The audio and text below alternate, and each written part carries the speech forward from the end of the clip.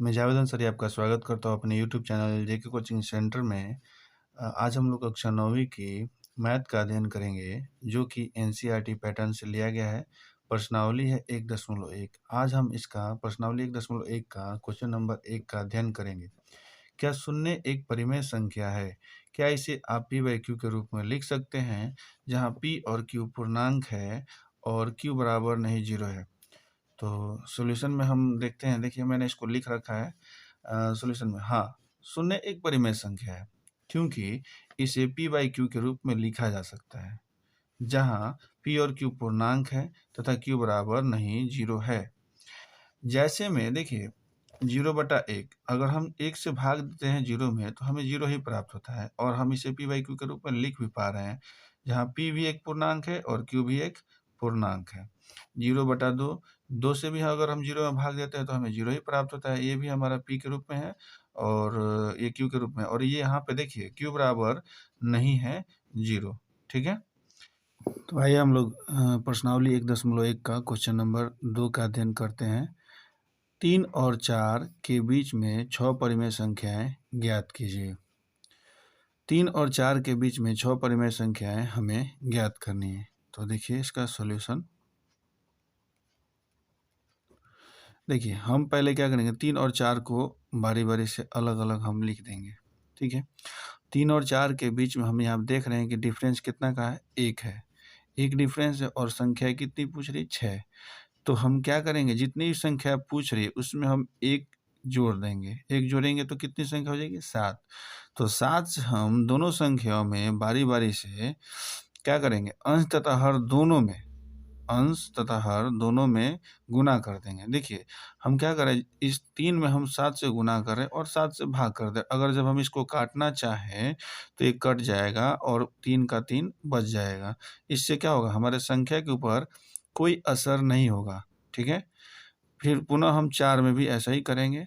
अंश तथा हर दोनों में 7 से गुना तथा 7 से मतलब भाग कर देंगे। अंश और हर दोनों में 7 से गुना कर देंगे। ठीक है, तो गुना करने पर हमें देखिए प्राप्त होता है, 3 में 7 से गुना करते हैं तो 3 सत्ते 21 होता है बटा में 7। 4 में 7 से गुना करते हैं 4 सत्ते 28, 28 बटा 7। फिर देखिए 3 और 4 के बीच में, अतः अब हम क्या करेंगे, 21/7 है और ये 28/7 है। तो इधर तो हम 21/7 को 21/7 के बाद वाली संख्या लेंगे और 28/7 से पहले वाली संख्या लेंगे। देखिए अतः 3 और 4 के बीच में, अतः 3 और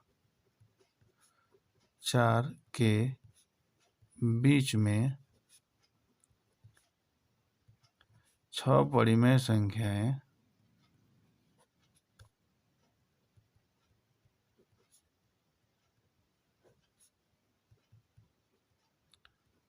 क्रमशः होंगी। ठीक है, देखिए 21 से आगे क्या होगा, 22/7। ठीक है, फिर 23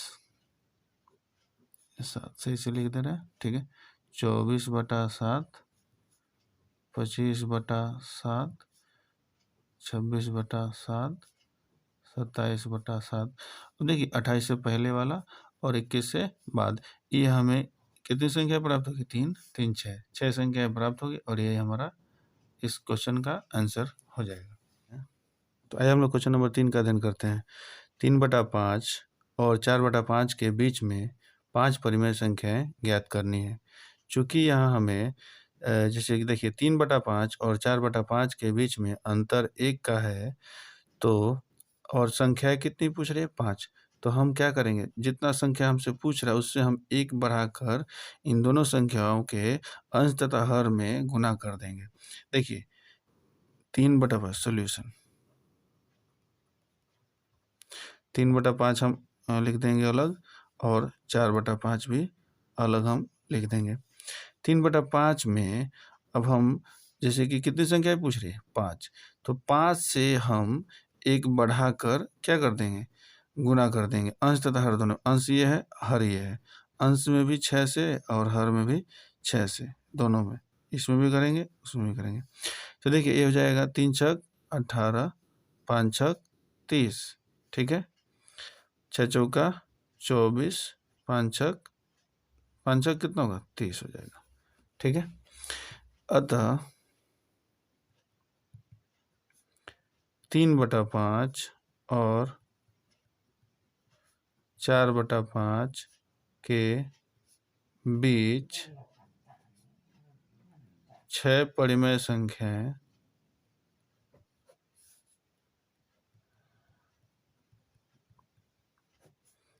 क्रमशः होंगी। क्रमशः का मतलब होता है एक के बाद एक लगातार क्रमशः होंगी। जैसे कि 18 के बाद क्या आएंगे 19, 19/30, उसके बाद 20/30, 21/30, 22/30, 23/30। देखिए 5 संख्याएं होंगी, ये हमारा आंसर हो जाएगा इस क्वेश्चन का। तो आइए क्वेश्चन नंबर 4 का अध्ययन करते हैं। नीचे दिए गए कथन सत्य है या असत्य, कारण के साथ अपने उत्तर दीजिए। नंबर 1, जैसे कि प्रत्येक प्राकृत संख्या एक पूर्ण संख्या होती है। तो प्रत्येक प्राकृत संख्या एक पूर्ण संख्या होती है। हाँ, ये कथन सत्य है, ठीक है, सत्य है। क्योंकि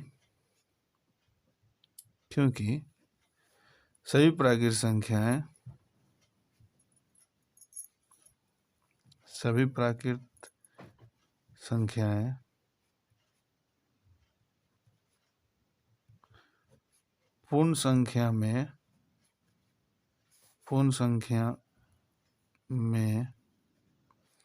पूर्ण संख्या में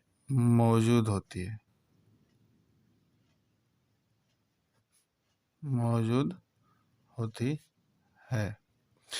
देखिए प्रत्येक प्राकृत संख्या एक पूर्ण संख्या होती है, यह कथन सत्य है क्योंकि सभी प्राकृत संख्या पूर्ण संख्या में मौजूद होती है, ठीक है। दूसरा कथन है प्रत्येक पूर्णांक एक पूर्ण संख्या होती है।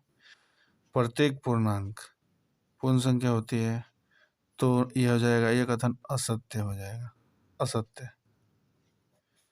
क्योंकि -2 एक पूर्णांक संख्या है,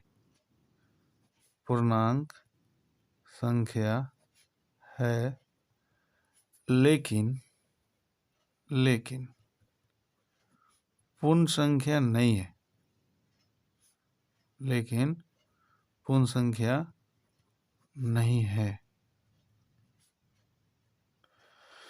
बोल रहा है। एक कथन बोला प्रत्येक का मतलब सभी पूर्णांक संख्याएं पूर्ण होती है, तो यह कथन असत्य क्यों है? क्योंकि -2 एक पूर्णांक संख्या है और ये पूर्णांक संख्या है लेकिन पूर्ण संख्या नहीं है। अब पूर्ण संख्या नहीं है तो सभी पूर्णांक पूर्ण संख्या नहीं होगी, ठीक है। तीसरा कथन है प्रत्येक परिमेय संख्या एक पूर्ण संख्या होती है। प्रत्येक परिमेय संख्या एक पूर्ण संख्या, तो यह भी कथन असत्य है क्योंकि यहाँ पे कोमा दे देंगे हम लोग, क्योंकि 2/7 एक परिमेय संख्या है,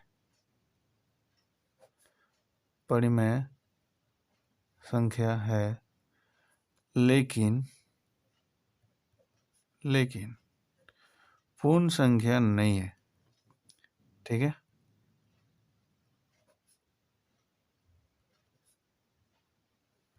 यहाँ पे भी बोल रहा है प्रत्येक परिमेय संख्या, यानी सभी परिमेय संख्या पूर्ण संख्या होती है, लेकिन यहाँ पे 2/7 एक परिमेय संख्या है लेकिन पूर्ण संख्या नहीं है। इसका मतलब क्या हुआ? सभी परिमेय संख्या पूर्ण संख्या नहीं होती है।